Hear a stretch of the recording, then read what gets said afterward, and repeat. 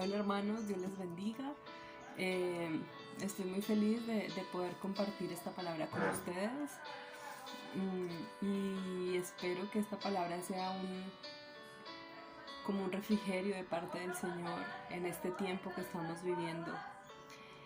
Vamos a dejar en sus manos esta palabra para que Él sea hablándonos. Así que Señor, te doy muchas gracias porque tú has sido bueno con nosotros. Gracias por tu amor, por tu misericordia. Te pido, Señor, que esta palabra sea una palabra que transforme, Dios. Yo callo toda palabra humana y de mis emociones que pueda salir de mi boca. Y te pido, Espíritu Santo, que seas solo tú hablando a través de mí. Que solo sea tu palabra la que salga, porque es tu palabra la que cambia, la que transforma. Que esta palabra se vuelva viva en nosotros, que esta palabra traiga revelación de nuestra condición y de lo mucho que necesitamos de ti. Bendigo a cada una de las personas que ven este video, Señor, y te pido que seas tú fortaleciéndonos cada día y cada día enseñándonos que tu amor es suficiente para nosotros. Amén. Bueno, espero no alargarme mucho y voy a tratar de resumirlo, pero sabemos que este tiempo que estamos viviendo es un tiempo de muchos cambios, es un tiempo donde es como una montaña rusa y a mí personalmente me ha pasado de emociones. Entonces hay días donde me levanto muy feliz y muy agradecida, pero también hay días donde me levanto sin ganas de nada, me levanto, de hecho no me quiero levantar, no quiero levantarme de mi cama, tengo ganas de llorar, tengo frustración. Y es un tiempo donde se experimenta mucha incertidumbre, miedo, estrés, ansiedad, quizás irritabilidad, llanto, enojo, porque es un tiempo donde muchos de los anhelos de nuestro corazón fueron suspendidos o fueron aplazados o fueron cancelados. Y eso nos saca de nuestra zona y hace que dudemos de muchas cosas. Y las emociones hacen parte de nuestra condición humana. De hecho, Dios nos dio esa capacidad de sentir, y las emociones cumplen papeles muy importantes en nuestra vida, para relacionarnos, para adaptarnos, para motivarnos.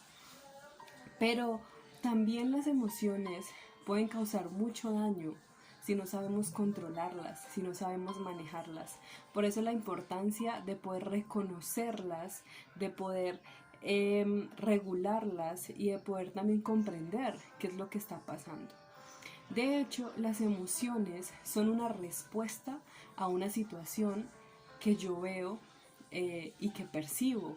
Entonces, mi percepción de esa situación va a traer como consecuencia una emoción. Entonces, si yo veo una situación y esa situación la veo como catastrófica, pues va a traer miedo, va a traer quizás sorpresa. Y por eso la percepción y la manera en la que yo veo las situaciones es tan importante y determina tanto cómo yo manejo mis emociones. Esa percepción quizás muchas veces está influenciada por experiencias anteriores. Entonces, como a esto me pasó antes, yo pienso que me va a volver a pasar ahora y por eso entro en crisis o me pongo a llorar. También por lo que dice el mundo. Entonces el mundo dice que esto es catastrófico, pero entonces yo lo percibo así y por eso entro en crisis. Y una crisis es cuando hay una situación inesperada que hace que todos mis mecanismos como sujeto, como individuo, que no encuentre.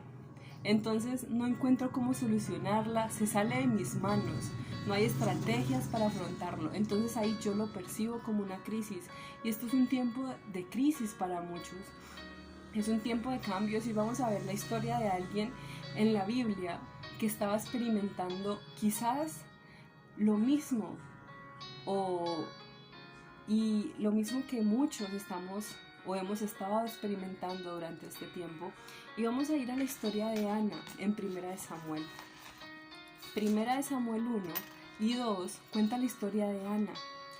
Yo no lo voy a leer letra por letra y frase por frase, sino que les voy a dar un resumen de la historia y luego nos vamos a devolver algunos versículos, pero los invito a que ustedes en su casa puedan leer el capítulo completo, los 2 primeros capítulos del libro de Primera de Samuel, para que puedan comprender un poco más la historia.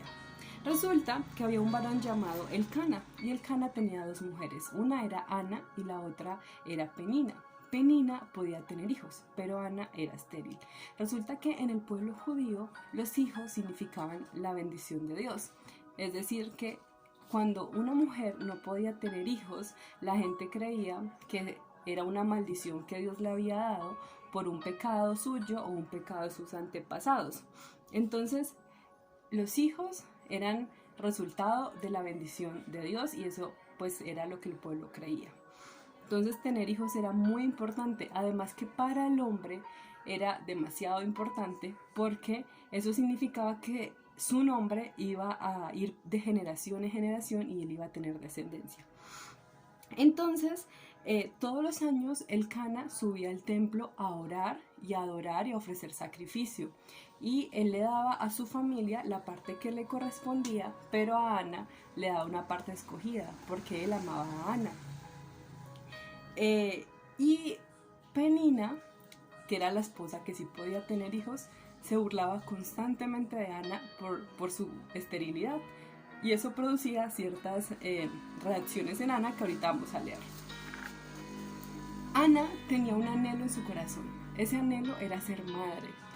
Y yo quiero que ustedes se pongan en la posición de Ana en ese momento. Quizás actualmente, si tú no puedes tener hijos, no sea tan grave, pero en ese momento era muy grave. Y Ana, ¿por qué quería ser madre? Quizás era el sueño que había tenido toda su vida. Quizás quería satisfacer una necesidad que había. Quería lograr estatus y lograr aceptación, lograr sentirse amada. Quitarse las burlas, porque yo creo que la gente se burlaba de ella, no solo Penina. Y qué posible, ¿cómo estaba percibiendo Ana esa situación? Ana la percibía como una crisis que la desbordó. ¿Y qué pensamientos podían haber en ella? ¿Será que hice algo malo para que Dios no me bendijera? O no soy digna, no merezco ser amada, soy un fracaso. Quizás habían sentimientos de envidia por Penina, por lo que tenía el otro. Y los anhelos de nuestro corazón muchas veces no son cumplidos, muchas veces no son llenos, y muchas veces hay anhelos a los que Dios dice que no, porque hay que tener algo claro aquí, y es que Ana no podía tener hijos porque Jehová no le había concedido tener hijos, sencillamente porque Dios no había querido darle hijos. Y estamos tan enfocados afuera, nos dejamos influenciar tanto por el mundo, que nuestros anhelos muchas veces están enfocados a satisfacer nuestras propias necesidades, a satisfacer mi necesidad de aceptación, mi necesidad de ser amado, mi necesidad de lograr estatus. Y quizás eso era lo que quería Ana. Vamos a leer el versículo 5. Dice, pero a Ana daba una parte escogida porque amaba a Ana, aunque Jehová no le había concedido tener hijos. Resulta que Elcana amaba a Ana. Y hay algo bien interesante en este versículo porque hay un aunque. Ese aunque es muy importante en este texto porque el aunque significa que hay una dificultad, pero a pesar de esa dificultad se puede hacer esto. Es decir, Ana no puede tener hijos, pero a pesar de eso, él podía amarla. Ana era una mujer amada por su esposo, aunque era estéril. Y eso es bien interesante porque el Cana, como hombre, tenía una necesidad y era tener hijos, porque su nombre iba a estar de generación en generación. Pero su amor no era condicionado. Él amaba a Ana sin importar que ella no le pudiera corresponder a eso que él deseaba quizás. Él amaba a Ana a pesar de que sabía que no iba a tener descendencia de ella. Y Ana estaba tan concentrada en lo que venía de afuera, en las burlas, en el rechazo, que se olvidó que era amada por su esposo, que era lo más importante. Muchas veces nos olvidamos que Dios nos amó aun cuando éramos pecadores, que Dios nos amó aun cuando nosotros no correspondíamos y aún muchas veces no correspondemos a su amor. Y en 1 Juan 4:19 dice que nosotros le amamos a Él porque Él nos amó primero. De hecho, hay algo bien interesante y es que Ana significa gracia. Ana era una mujer amada, aun cuando no podía ofrecer a su esposo hijos. Él la amaba sin importar nada. Y esa es la gracia. Que Dios te ama sin importar lo que tú hagas y tus acciones no disminuyen ni aumentan el amor que Dios siente por ti. Pero Ana no podía ver eso porque la percepción de su situación era de crisis. Y eso producía en ella caos. Y vamos a ver el caos que producía. Y yo quiero hacerte una pregunta hoy, ¿estamos permitiendo que nuestras emociones sean influenciadas por el mundo externo a tal punto que eso nos hace quitar la mirada de su gracia? Y en el versículo 6 y 7 dice, y su rival la irritaba, enojándola y entristeciéndola, porque Jehová no le había concedido tener hijos. Así hacía cada año cuando subía a la casa de Jehová, porque Jehová no le había concedido tener hijos. Perdón, me equivoqué. Así hacía cada año. Cuando subía a la casa de Jehová, la irritaba así, por lo cual Ana lloraba y no comía. Vamos a ver las conductas de Ana. Ana decía que estaba irritable, es decir que la irritabilidad es la tendencia a enfadarse con facilidad, a irritarse con facilidad, incluso con cosas que probablemente no irritarían a nadie, ni siquiera en una situación compleja. Estaba enojada. Es decir, que había una alteración en su estado de ánimo, tenía ira contra alguien, quizás contra Dios, quizás contra ella, quizás contra Penina, que era la que se burlaba de ella. Dice que estaba entristecida, es decir, que estaba afligido su corazón, de hecho lloraba. Y yo creo que eso no era un momento, sino que ella era un constante en su estado de ánimo. Ella lloraba, dejó de comer. Y aquí vemos cómo el estado de ánimo influye significativamente en nuestra ingesta de alimentos. Y si vemos todos estos síntomas de Ana, podemos ver quizás un estado o algunos síntomas de un estado depresivo. Ana estaba mal, estaba afectada por afuera, porque su percepción de su situación se vio influenciada por cosas externas. Ella se dejó influenciar por las burlas, por el rechazo, por el desprecio, porque su anhelo no era cumplido. Entonces ella ya no podía ver nada más sino eso, y sus emociones se desbordaron. Ella perdió el control de sus emociones. Vamos a ver el versículo 8. Dice, y el Cana su marido le dijo, Ana, ¿por qué lloras? ¿Por qué no comes? ¿Y por qué está afligido tu corazón? ¿No te soy yo mejor que 10 hijos? Ana no veía lo amada que era.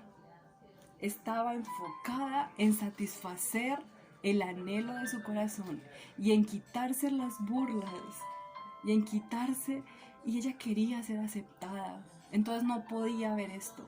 Y el Cana muestra una preocupación por Ana y él no entiende por qué se pone así si él la ama.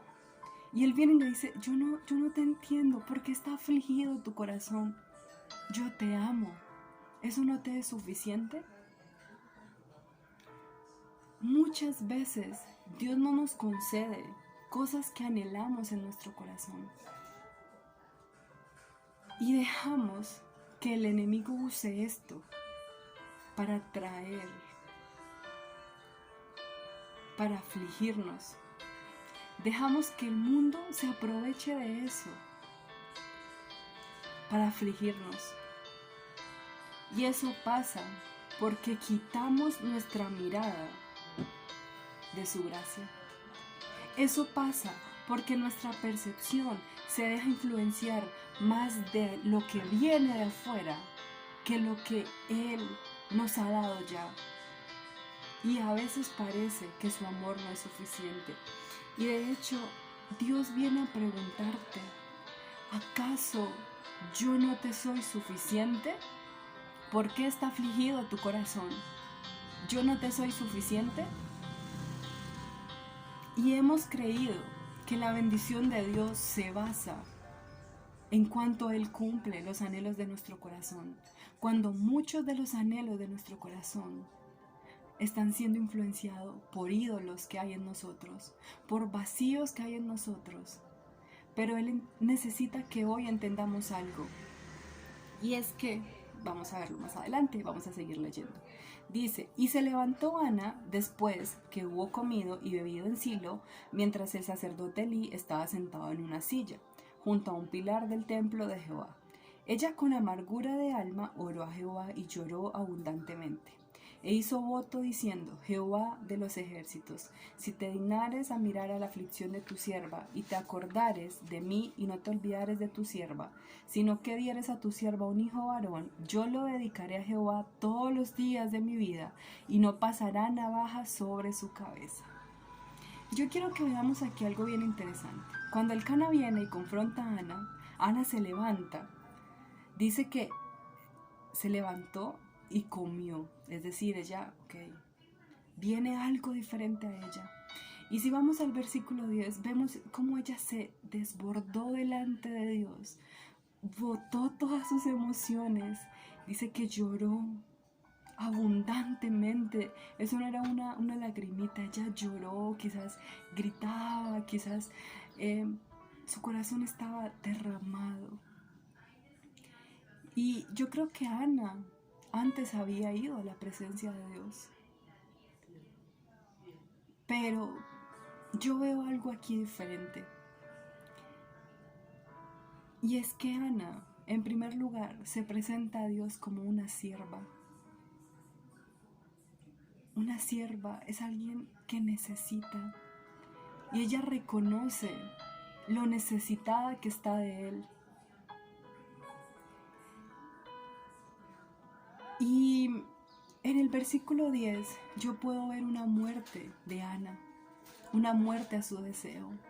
Yo me imagino que le decía, Señor, yo deseo tener un hijo, yo deseo esto, y lloraba, y esto me duele, y esto me irrita, y esto me enoja. Y luego le dice, ¿sabes qué, Señor? Si tú te dignas a mirar y a cumplir este deseo, va a ser para ti. Y aquí vemos un cambio. Yo no sé cómo eran las oraciones de Ana antes. Yo creo que Ana antes se había acercado a Dios, pero es una conjetura mía. Pero yo veo un cambio aquí en su oración, que cambió toda la percepción de Ana y cambió su manera de seguir viendo las cosas. Y Ana le dijo a Dios, este deseo ya no va a ser para yo satisfacer mis necesidades. Ya no va a ser para yo lograr aceptación, para yo sentirme amada. Este deseo, si tú me lo das, es para ti.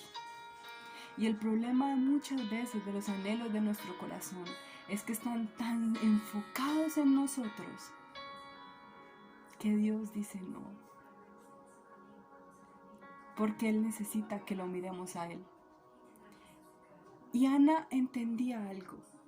Si Dios me da esto, es para su gloria y para su servicio.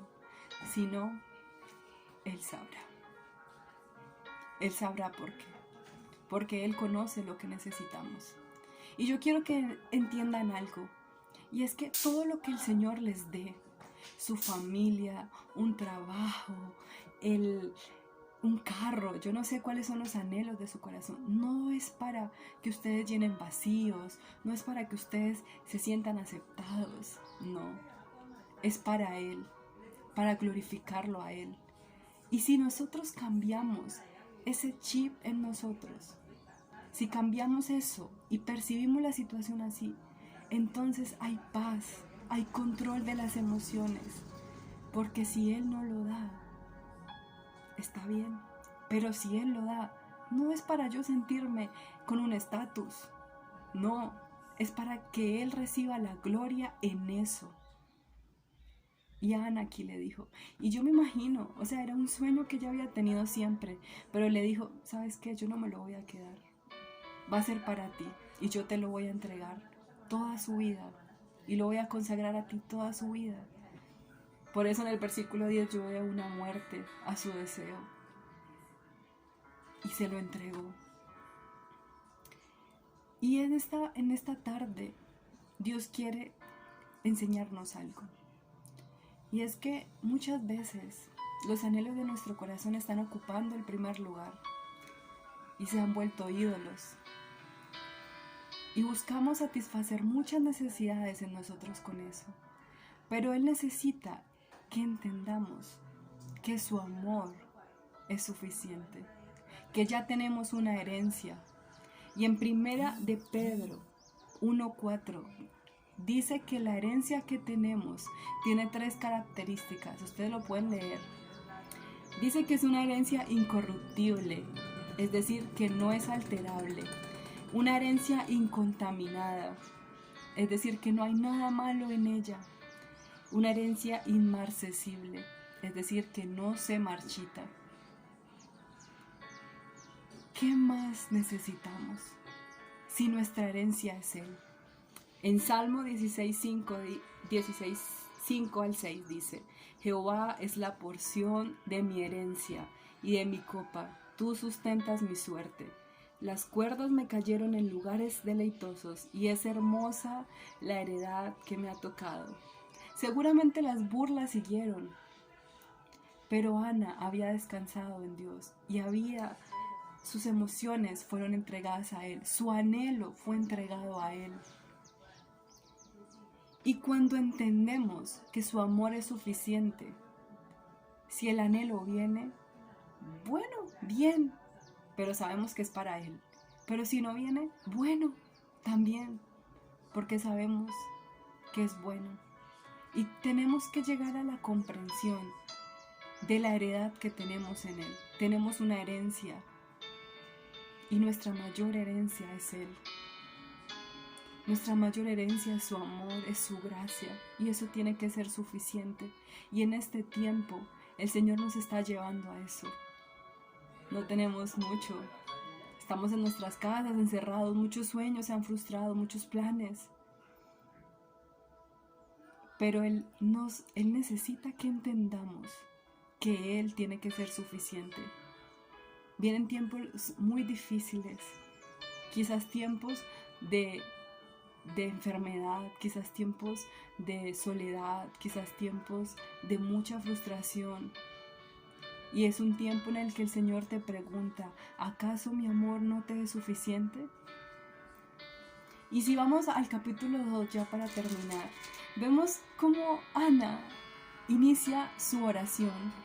Ella, después de que Dios le concede su deseo, ella tiene a su hijo que es Samuel, ella lo lleva al templo y allí hace una oración. Y yo quiero que ustedes vean cómo inicia Ana esa oración.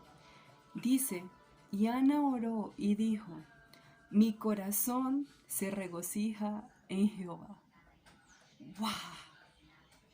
Y es increíble ver la oración de Ana cómo inicia.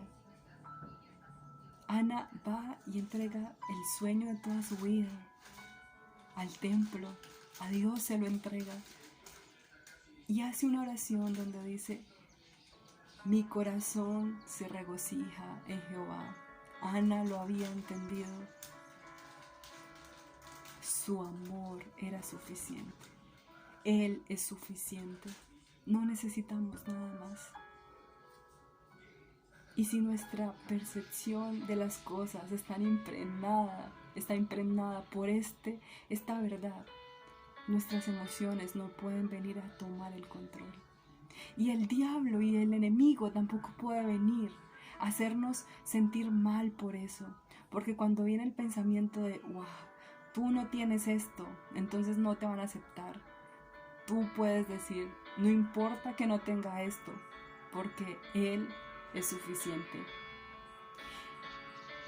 Y ya para terminar, quiero leer un texto que está en 2 Corintios 12:19, que dice: bástate mi gracia, porque mi poder se perfecciona en la debilidad. Por tanto, de buena gana me gloriaré más bien en mis debilidades, para que repose sobre mí el poder de Cristo. Su gracia nos debe bastar. Su gracia es suficiente. Hemos sido perdonados, hemos sido salvos. ¿Qué más necesitamos? Tenemos una herencia que no se va a marchitar. Muchas veces los anhelos aquí son pasajeros, se marchitan. Y ya como conclusión quiero decirles algo, y es: primero, entender que Él es suficiente, que tenemos que pedirle todos los días que nos enseñe esto, que esto sea vivo en nosotros, que todos los anhelos de nuestro corazón puedan estar alineados a su voluntad. Que yo pueda decir: Señor, anhelo esto porque quiero glorificarte en esto. Porque sé que a través de esto muchas personas pueden conocerte. Y si me das, por ejemplo, un trabajo, allá puedo predicar sobre ti, puedo glorificarte a ti. Y cuando ponemos eso en manos de Dios, si viene el anhelo, el cumplimiento, bien, y si no, no importa, Él es suficiente. Sé que es un tiempo donde nuestras emociones están un poco afectadas, pero Él necesita que entreguemos estas emociones a Él. No está mal enojarse, no está mal quizás a veces ponerse triste, a veces nos molestan cosas, pero no podemos seguir con estas emociones descontroladas. Tenemos que aprender a controlarlas, a identificar qué es lo que me está pasando. Y quiero leerles Eclesiastés 3:7, que dice: hay tiempo de ayudar y hay tiempo de buscar ayuda. También es momento de reconocer cuándo necesito buscar ayuda. No están solos. Hay muchos hermanos que están orando por ustedes. Y también a veces hay emociones y hay situaciones que nos desbordan y que no sabemos. Primero, ir al Señor como Ana y desbordarnos completamente en su presencia. Y segundo, busquen ayuda. También hay tiempo de buscar ayuda. Espero que esta palabra haya sido de bendición para ustedes. Que Dios los bendiga.